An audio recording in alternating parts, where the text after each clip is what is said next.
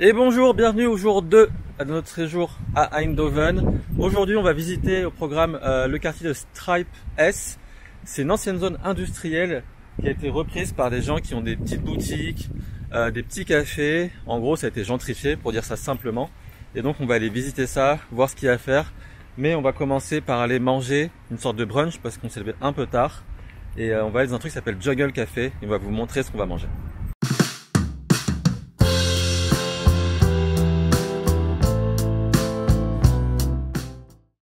Là on est au cœur du quartier du coup, et c'est marrant parce qu'on sent que c'est hyper industriel malgré tout, mais ça a été repris par des espèces de petits cafés, des entreprises un peu de jeunes, d'entrepreneurs et tout.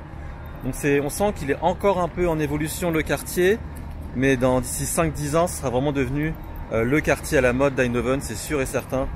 Un peu comme ce qui se passe vite fait à Montreuil, près de Paris je dirais, ou à Pantin, et c'est un peu la même vibe. Genre ça pourrait être des usines partout, à l'époque c'est sûrement ça, mais là c'est redevenu vraiment, c'est en train de changer et ils vont faire un truc super sympa.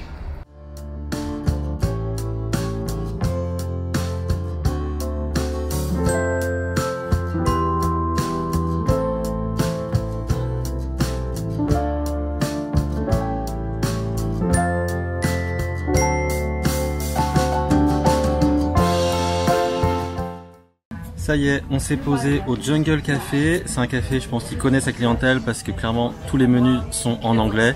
C'est même pas écrit dans la langue locale, je crois que c'est le flamand, le néerlandais. C'est très cosy, là sans surprise, il y a des mères de famille qui sont posées. Il y a une petite musique d'ambiance qui est très sympathique.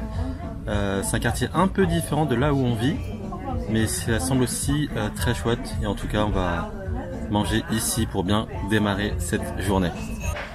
Alors moi j'ai pris une ginger beer, voilà. Et Salomé, t'as pris quoi? Un chai latte.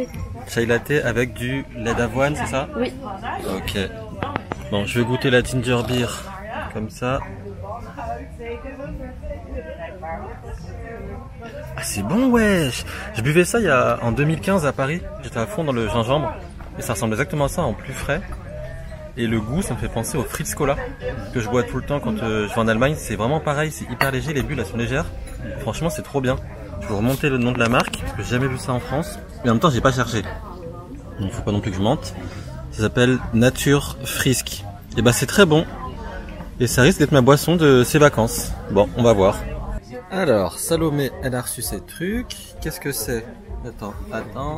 Dis-moi ce que t'as pris. Alors, j'ai pris un carrot cake et un croissant avec des trucs dedans. Je crois que c'est de la pistache. Une crème de pistache ou un truc comme ça. Ok. En tout cas, il est très joli le croissant. Ok, il est très bien. Merci beaucoup. Ah, c'est très bien. Et moi, j'ai pris un toast avocado pour faire simple. J'hésitais à prendre un croissant parce que j'aime pas tester des trucs, mais là, je dis bon, ça va être bon pour la santé. Il y a quand même beaucoup de verre. On va voir. Je viens de finir mon toast à l'avocat et c'était trop bon. Il y avait un peu des trucs épicés au-dessus. Et je pensais pas aimer. Alors déjà je suis fier de moi parce que d'habitude je prends des frites partout où je vais. Là j'ai pris un truc sain, avec du pain toasté. Et ben je suis content d'avoir fait l'effort, c'était vraiment trop bon.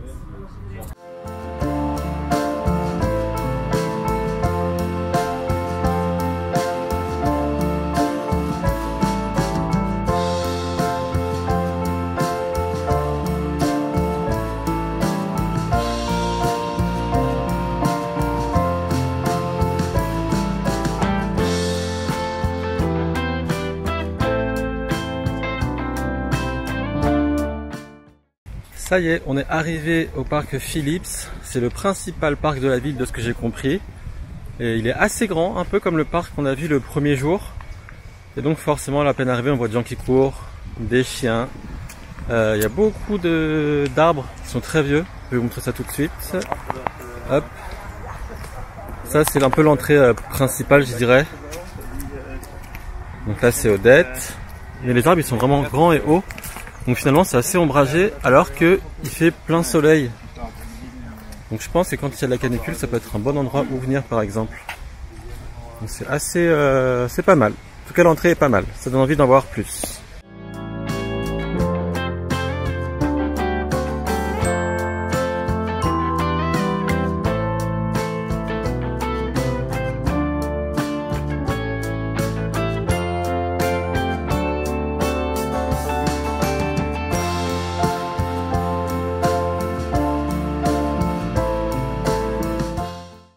Bon, en fait, le parc Philips, là, c'est pas aussi grand que ce qu'on pourrait croire quand on regarde Google Maps. Sur Google Maps, c'est une grosse tache verte et on se dit que c'est immense, et en fait, pas du tout. Parce qu'il y a toute une partie qui est clôturée, donc il va y avoir une méga résidence. Et il y a aussi le PSV Campus. Ça doit être le centre d'entraînement du PSV Eindhoven, sûrement. Et du coup, en fait, c'est plus une grande route qui est bien foutue, où les gens ils courent, ils font du vélo, ils marchent, etc. Mais on n'a pas beaucoup le choix pour se déplacer. Cela dit, à l'entrée, il y a un petit parc qui est plus traditionnel, où là, il y a des chemins où on peut se promener son chien, etc. Mais il faut pas s'attendre à un grand parc comme le Bois de Vincennes à Paris, par exemple. Donc voilà, pour info, là c'est ce qu'on vient de découvrir en visitant le parc Philips. Allez, après le petit déjeuner ce matin et la petite promenade dans le parc, aujourd'hui on s'est posé dans un bar un peu cafette et tout, qui s'appelle le Bloc 63.5.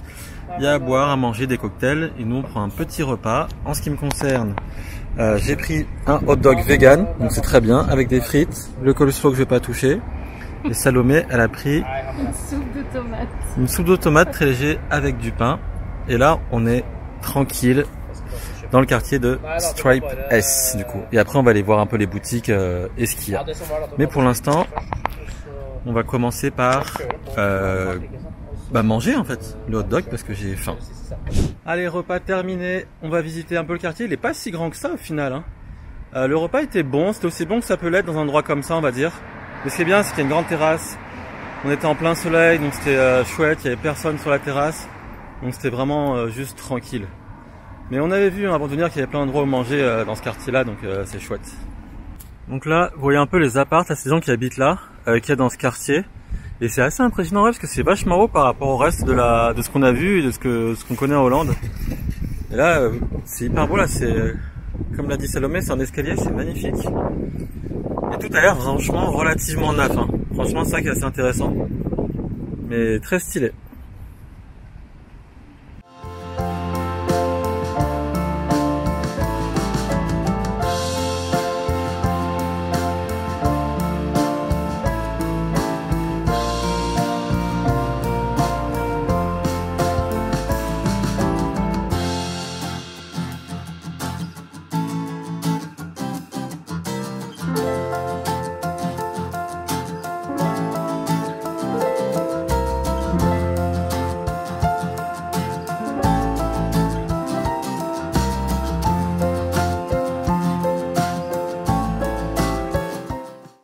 Ça y est, on a fini notre petite visite de Stripe S. Et ben en fait c'est pas très grand, il y a des petites boutiques sympas dans l'immeuble qui est juste au milieu. Du coup Salomé a fait quelques petites emplettes. Je pense vraiment que ça vaut le détour. Par contre c'est intéressant parce que nous on y allait un jeudi midi on va dire. Et il n'y avait pas grand monde, mais on sent avec toutes les terrasses qu'il y a que c'est un truc qui doit être blindé, genre le jeudi soir, le vendredi soir, le samedi soir. Il y a tout qui est fait pour que ce soit vivant, il y a des grandes terrasses, des bars qui sont assez grands. Et je pense vraiment que ça vaut le coup de venir ici si vous venez à Eindhoven et que vous aimez sortir ou faire des petites boutiques qui sont un peu indépendantes. Pour ça, ça a l'air vraiment pas mal. Donc je recommande à fond. Allez, petite pause, on est de retour au Airbnb pour reprendre des forces. Et là, on va aller en ville en prenant les transports en commun. Quand je dis aller en ville, c'est bien sûr dans le centre-ville. Pour voir un peu à quoi ça ressemble.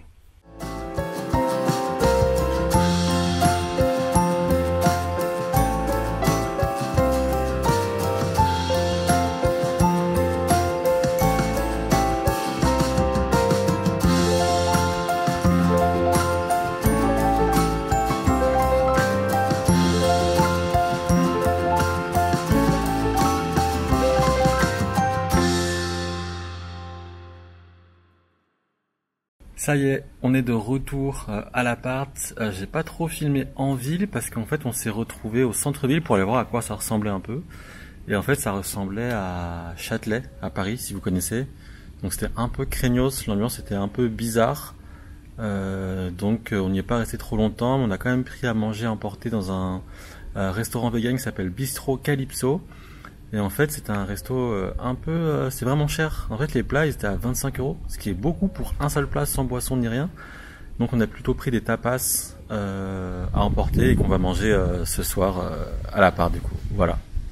Allez, dernier repas de la journée. avec des falafels, des frites, des gyoza, des olives offertes et des champignons.